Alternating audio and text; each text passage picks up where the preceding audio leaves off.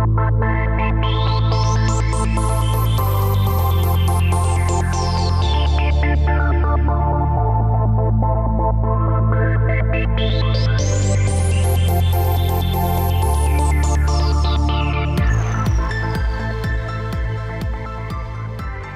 is Seeking Delphi, episode number 27, Future Driving, Part 2, Flying Cars with Kaushik Rajashekara. I'm Mark Sackler. The future lives here. For those of us of a certain age, our first awareness of the concept of flying cars may have come from a TV show, the 1962 Hanna-Barbera cartoon, The Jetsons. Who could forget that opening sequence with George Jetson whisking his family off to school, shopping, and work in the family's flying car?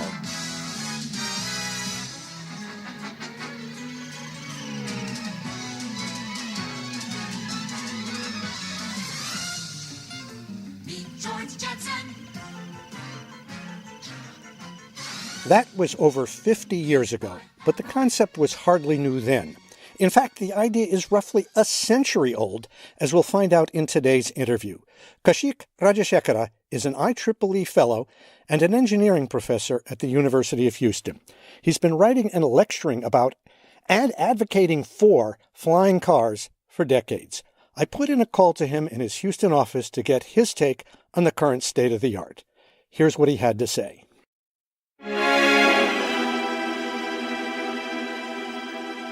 Raja, welcome, and thank you for joining me today. Thank you. First of all, if you might give us a little bit of your personal background, how that ties into IEEE and the entire field of self-driving cars. Yeah, my name is Kaushik Rajashekara. I'm a professor in the Department of Electrical Engineering, University of Houston. I've been working in the University of Houston for the past 2 years. And before that, I worked for University of Texas at Dallas for 4 years. And before that, I was a chief technologist in Rolls-Royce Corporation, working on the more electric aircraft and electrification of aircraft and other architectures for even a hybrid electric aircraft and that type of things. And before that, for 17 years, I worked for General Motors. I worked on the first General Motors electric vehicle that was commercialized, EV1. It started as an Impact. The prototype vehicle, Impact, became EV1. Then I worked on a lot of electric and hybrid and fuel cell vehicles. I am also a fellow of IEEE, and I nearly completed more than 33 years as a membership, and I'm a fellow. And I closely work with the transportation electrification community. There is a separate group of IEEE where our focus is more on the electrification of transportation. So regarding the flying cars, I've been always interested in cars. Whenever I see the traffic, I wish we could have a flying car so that I can pass all the other vehicles and go in front of them. My interest arose more when I worked for Rolls-Royce. There was a request for proposal from DARPA for a transformer vehicle, that is a flying truck, to be used in Iraq for various purposes and others. I don't want to go into details. So that was very interesting. We wrote a proposal, but we didn't win. So from there, I started thinking, I think we should be working on flying cars. So I started putting some specifications and going through it, and asked some, after joining University of Houston, I asked some postdocs to continue to work on that one. We even wrote a paper on flying cars. So I continue to explore the possible technologies for flying cars and promote, and I have given a number of lectures on flying cars and vertical takeoff and landing in China, Singapore, India, and many universities in USA and Europe also. So I'm still interested in this technology. For those of us in the baby boom generation, we probably first became aware of the concept of flying cars from a TV show, The Jetsons, in the early 1960s. But that's over 50 years ago. There have been many promises, many false starts since then. So why do you think it's actually going to happen for real this time? Yeah, you are correct. That flying car has been there for more than 100 years or almost 100 years. 1917, the aviation pioneer Glenn Curtiss, he built the first one. So then a lot of other companies followed, and Waldo Waterman in 1937, he was called the father of flying cars at some time, and he demonstrated a better flying cars. In 1970s, actually, Ford was even thinking of selling flying cars based on the aero car design. But when the prices of gasoline came down, the interest in flying cars came down. So there is a lot of interest, and I agree that it's more than 100 years of old. But what has changed now is the technology. So now there is a lot of work going on in the vertical takeoff and landing, and there is a lot of work going on in the electric aircraft and the advancement in the aviation and advancement in the automobiles. So all these technologies that has been developed for aerospace and automotive systems can be used for flying cars. So recently, a lot of companies are working on flying cars. Basically, more than about 10, 15 companies are working on flying cars. But we need to be careful. Many companies call vertical takeoff and landing vehicles also as flying cars. They are not really, in the sense, they don't go on the road at 100 kilometers per hour or 100 miles per hour. They only fly in the air. There are very few companies are putting a lot of effort on real flying cars, means which can go on the road at say 80 or 100 miles per hour and then fly in the air for about 300 to 400 miles like that. For example, Terra Fugia is one such company which was recently bought by a Chinese company. And then Aeromobile in Slovakia. And Netherlands, there is another company called PAL. They are going to commercialize. So several companies are working on real flying cars, means which can go on the road, takeoff, vertical takeoff and land, and also fly in the air. But there are many other companies are working like Ehang, Lilian, or the Airbus Vahana. They are all working on mainly a vertical takeoff and landing vehicle. And even Uber is working on it. Uber Air Taxi, that is also vertical takeoff and landing. You can go to a certain place, and then the vehicle can be arranged, or you will be taken to a certain place, and then from there you can take the air taxi and then go. So there is a lot of interest because the main reason is the technology is available now. That's a perfect lead into the next question, because I've seen any number of things out there touted as flying cars that to me look like just large drones or small helicopters. They really don't look anything like cars. So if we're going to get to that vehicle that does both, how do we do that? What is the technology like? Is it simply a combination of the car and the drone or small helicopter technology, or is it perhaps something completely different? No, vertical takeoff and landing is required even for flying cars. Of course, flying cars can be done even with the vertical takeoff and landing. For example, Terra Fugia's transition that was demonstrated a few years ago, and still I think they have something running. That is not a vertical takeoff and landing. So that is a flying car which can go on the road. You can go to a gas station and fuel it, and then go to a small strip and then take off like a small airport. So, but vertical takeoff and landing technology doesn't need all the things that is required for a real flying car. For example, a flying car, if it has to go on the road, you need a propulsion. So you need the motors and also the associated power electronics and batteries and all those things if it has to go, say, 100 or 200 miles on the road. But that is not required for vertical takeoff and landing. So that makes it simpler, because what is required for the ground is not required from the air all the time. Then it becomes a dead weight. So in the earlier times, they were designing the vehicles, the flying cars, as not as a modification of the existing some of the vehicles that is already there and try to modify it. That is one of the reasons it is not successful.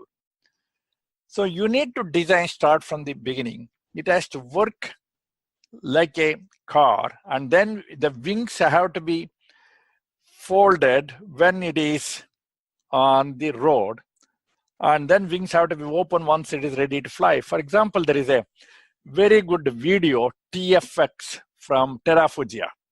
So that is a very good demonstration of the actual flying cars. So I think that will be the future. That is based on the hybrid electric vehicle technology. And they are working on that type of technology, and that will be the future. That type of vehicle, if you see the video TFX, the Terrafugia, I think that will make a real flying car. It takes off vertically, flies like an airplane, and then lands and parks, and on the road, again it goes. Like, I think, I'm not sure exactly, I think it is about 100 kilometers per hour it can go. So just in terms of what that's going to look like, is it going to look similar to the vertical and the takeoff and landing, the drone-like things I've seen that can just drive on the car, that can also drive on the road, or is it going to look entirely different from those? It exactly looks like a vehicle, like an automobile when it is driving on the road. And even when it is flying, it looks like a car or an automobile, but the wings being unfolded. You can see the wings very clearly. Actually, as I'm talking to you, I'm seeing the picture of Terrafugia TFX. So wings are unfolded like in any small airplane, but if you look from the bottom, it looks like a car. So it is basically a car with wings when it is flying. So there are cars like, for example, Moeller International is also working. The other one from PAL, which they are going to commercialize by the end of this year or early next year, but it is quite expensive, nearly 600K US dollars. So that is a tri-wheel, means three wheels. So like in India, like an auto rickshaw, it's called a three-wheeler vehicle. That is also, it can go on the road, and also it can fly in the air. So, but that is what I've seen in the picture. That is not a vertical takeoff and landing, but it needs some strip of land. Maybe it can even fly from, means in the road itself, you need to accelerate, then it can take off. So you don't need a separate airport or a smaller airport for takeoff. Whereas, for example, Yihong, that is a Chinese company, or Lilian, they can vertically take off and landing, but once it lands, then it cannot go like a car. So it lands on a strip, or like a Vahana, it lands on another vehicle. That vehicle can go. So that has a wheel, so that can go on the road also. So there are several versions of the vertical takeoff and landing vehicles are being demonstrated, and also some flying cars are also have been demonstrated. So the best flying car which doesn't have a vertical takeoff and landing is the Aeromobile from Slovakia. That is a very good vehicle. So we need to add the VTOL capability, then it will be very good. Let's get on now to some of the logistical issues here, and everybody's favorite or unfavorite technologist, Elon Musk, has kind of spoken out against flying cars and the whole concept. Now, obviously, he maybe has some ulterior motive. Obviously, he's designing electric cars with Tesla to drive on the road. His Boring Company is making tunnels to go under the road, so we can possibly take that with a grain of salt. But he does have some sort of issues that do make you stop and think might be legitimate. Obviously, safety is one of them. It's bad enough to worry about somebody when you're on the road hitting you from the left or the right or the front or the rear, but landing on top of you is certainly an issue. Traffic control, particularly if you have a lot of different technologies from a lot of different companies, that's an issue. So, and there may be others, but why don't you start with addressing how we're going to deal with things like safety and traffic control? Yeah, that is the very good question which many people ask me. My first quick answer is like this. I will explain in more detail. Assume that we didn't have any vehicles on the road. All of them were flying. Then one day somebody thinks that let us put vehicles on the ground also on the land. Then immediately there would have been serious objection that how can you put it? There are so many trees, so many mountains, waters, rivers, people are walking. We cannot put vehicles on the land. It has to be on the sky. That's what people would have told. But now we already have vehicles running on the land irrespective of traffic congestion and all those things. But the main thing is, if you, again, I would suggest looking and watching the video of Terrafuji, TFX, there are a lot of safety aspects are incorporated. For example, if something happens, they have a parachutes, the drivers can fly off. And it has to be autonomous. That is very important. It has to be controlled in such a way that one vehicle doesn't go very near to the other vehicle. So it has to be some type of repulsion or something that has to be incorporated. And invisible lanes have to be set up. And communication is a very important technology. The communications, control, and always monitoring of the traffic. So a lot of things have to be done from the ground. But to start with demonstration purpose, maybe we should restrict it to medical applications for emergency, for police and others. Gradually, all these things have to be like safety, communications have to be implemented more and more, and also more standards have to be developed. Of course, there are no standards exactly for flying cars because there are no flying cars right now commercially. But there are a lot of safety standards for aerospace, a lot of safety standards for automobiles. We need to combine both of them. And then we need to incorporate the technology of vertical takeoff and landing. And the landing is very important. As you said, it doesn't land on somebody else. So what should be done? So all these things have to be developed over the years, because even the computers or iPhones, for example, what we have today is very small. We put it in your pocket. About 20 years ago, it was such a big phone. We used to call it a car phone, not even a cell phone. So as the technology evolves, people start using more and more of this type of vehicles and they find the advantage. Then I think this technology would really help, because with the help of these flying car technologies and with the incorporation of the electric aircraft and for long distances like Cessna Citation or business jets with the 12 passenger type of things, we don't need a bigger airports. We don't need like Airbus 380 or 747 or even a 777, that type of airplanes. People would prefer to take a smaller airplanes, and with the 10 or 12 people, it will revolutionize the whole technology of transportation once we start developing all these technologies like flying cars and the electric aircraft and smaller airplanes. Because I don't want to go with 600 people or 500 people sitting in the same airplane with 5 hours, 3 hours in advance. So then 60 years, 50 years now onwards, there may not be any major airports and big airplanes. So this type of flying cars and smaller airplanes, I think, will be the future, and all the communications and safety problems will be gradually addressed. And I think with so many things happening in the technology, with advancements, I am confident that we can achieve this type of technology in the very near future.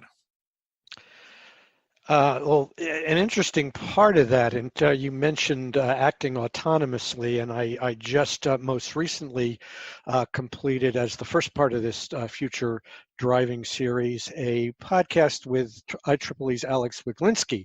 One of the things I brought up to him, which he agreed was very important, Ford recently, just in the last couple of weeks, issued a letter to the car industry calling for some kind of universal communication language to be used by all the different makers, realizing that the autonomous vehicles are going to need to talk to each other to keep there from being chaos on the roads. And I would assume, and correct me if I'm wrong, but that really is going to apply even more so to flying cars, because chaos in 3 dimensions is probably even worse than chaos in 1 or 2 dimensions.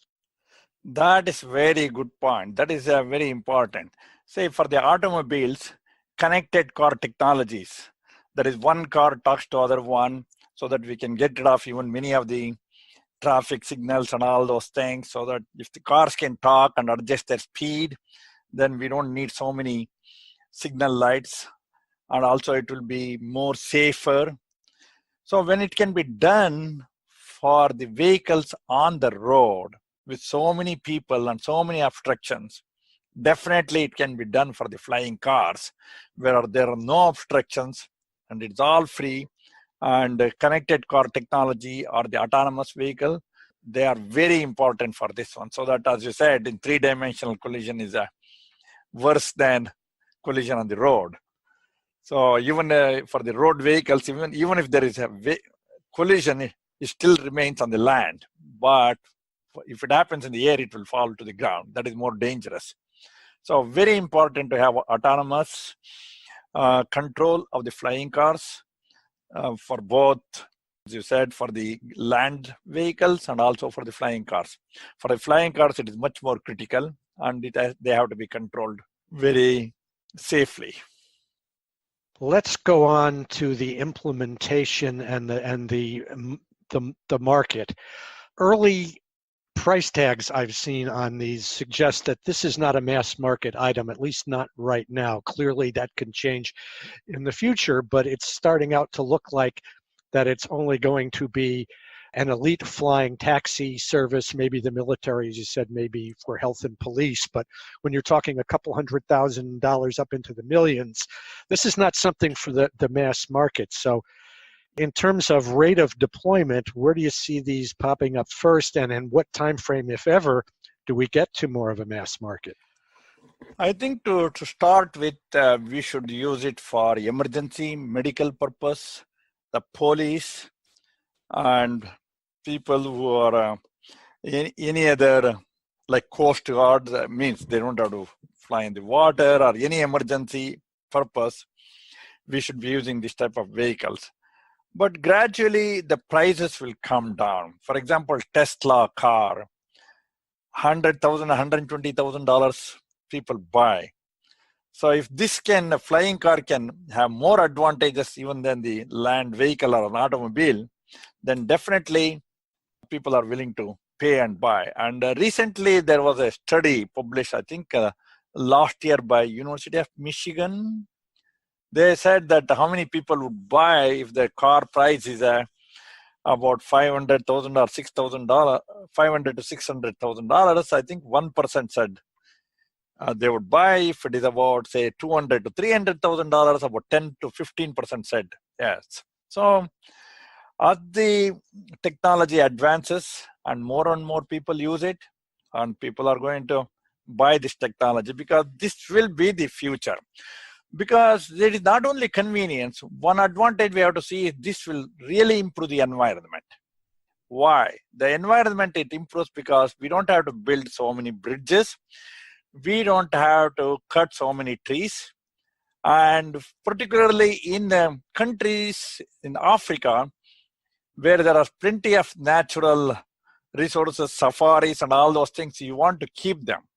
So we don't want to destroy all those big forests and keep all those animals and everything there.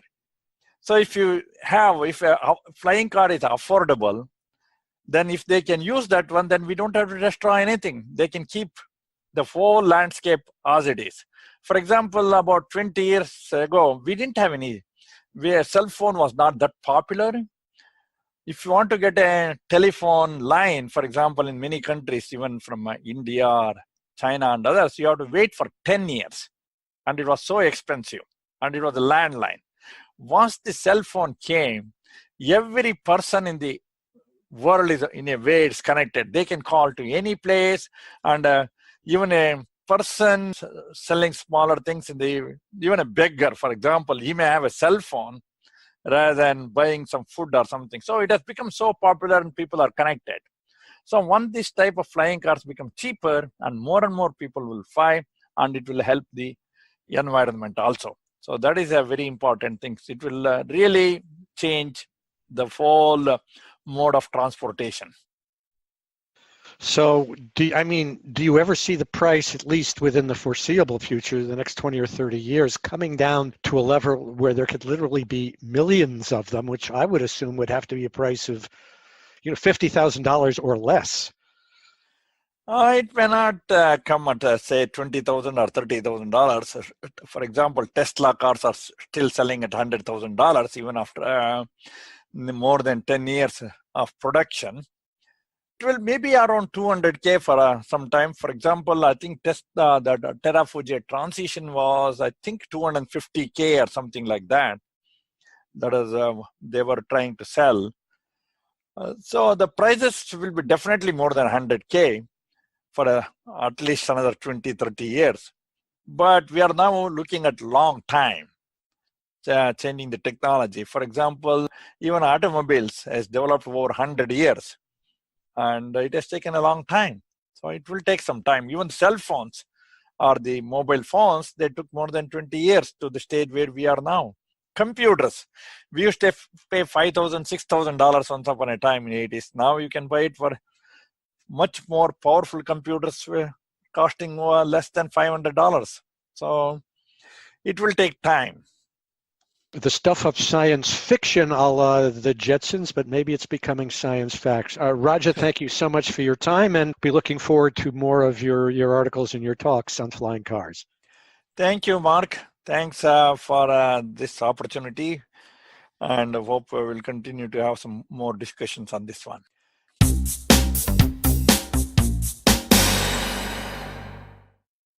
A common thread running through the first two parts of this series on future driving is the notion of connectivity, the need for autonomous vehicles to talk to each other.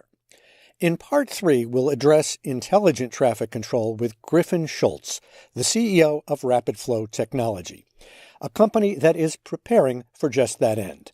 Their distributed artificially intelligent traffic control systems, currently working with conventional, manually controlled cars, is being deployed in several communities with promising results, and they are looking forward to the next phase, connecting their systems directly to the cars so as to communicate with them on the road. Links to videos and images of the flying cars mentioned in today's program are available at www.seekingdelphi.com.